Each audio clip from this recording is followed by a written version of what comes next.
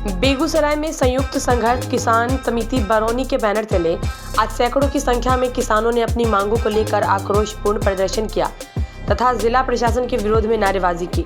पूरा मामला चकिया थाना क्षेत्र के मल्हीपुर एवं सिमरिया मौजा के किसानों से संबंधित है।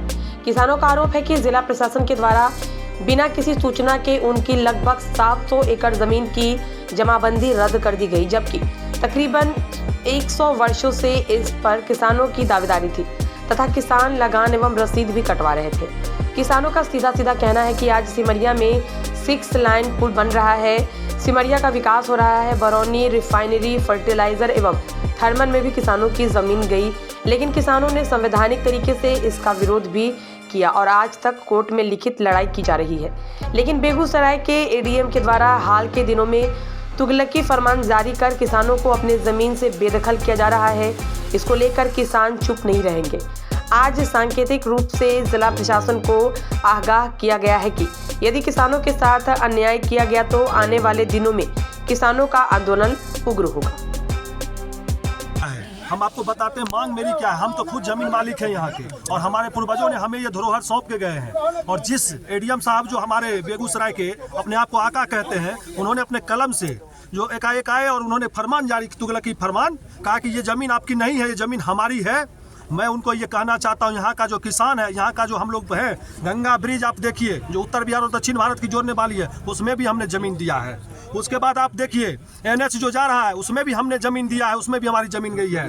6 लेन पुल बन रहा है अप्रोचिंग रोड, उसमें भी हमारी ज़मीन गई है, उसमें भी हमारा केस चल रहा है। उसके बाद ये थर्मल और फर्टिलाइजर जो बना है, उसमें भी हमारा ज़मीन गया है। और ये हमें कहते हैं, और यहाँ रिफाइनरी, चाहे ये कानपुर पाइपलाइन हो, रिफाइनरी का कोई भी काम हो, फसल मुआवजा से लेकर क्षतिपूर्ति, हर चीज़ हम लोग मिलते आ रहा है। और आप अचानक से आए और कह दिया कि आपकी ये ज़मीन नहीं है। 700 एकड़ ज़मीन उन्होंने कहा कि हमने चिन्हित किया है। हमें आप 700 एकड़ क्या, पूरी ज़मीन मेरी है। हम आप कौन है हमारी ज़मीन पर दखल करने वाले हैं?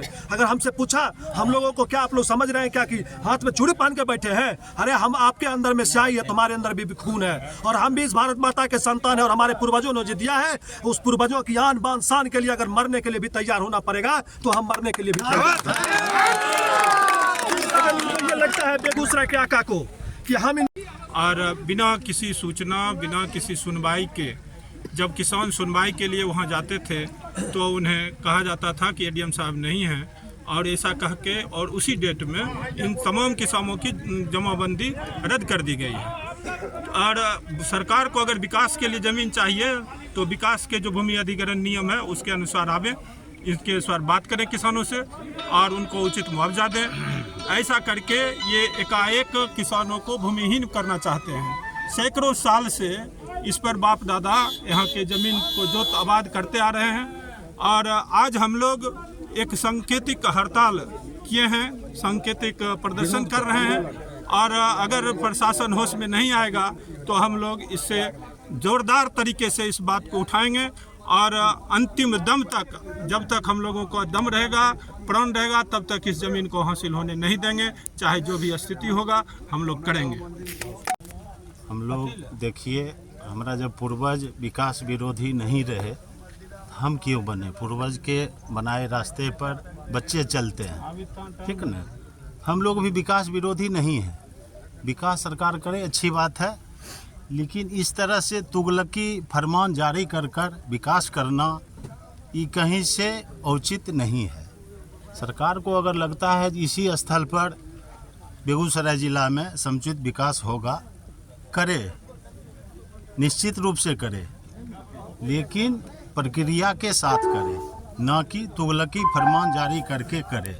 विकास भी होगा तो हम ही लोगों के लिए होगा, आम जने के लिए होगा। लेकिन अब एक आम जन को आप धरती में गाड़ कर नहीं दूसरे को उगाइएगा, ये कहीं से उचित है? इसका हम लोग पुरजोर विरोध करते हैं। अभी तो ये झांकी है, झांकी के द्वारा अंधे और बहरे सरकार को आगाह कर रहा हूँ, आप लोग जग जाइए। नहीं जगिएगा, आम जन जग गया है। आपको निश्चित याद दिला देगा जनता क्या होती है। ये झांकी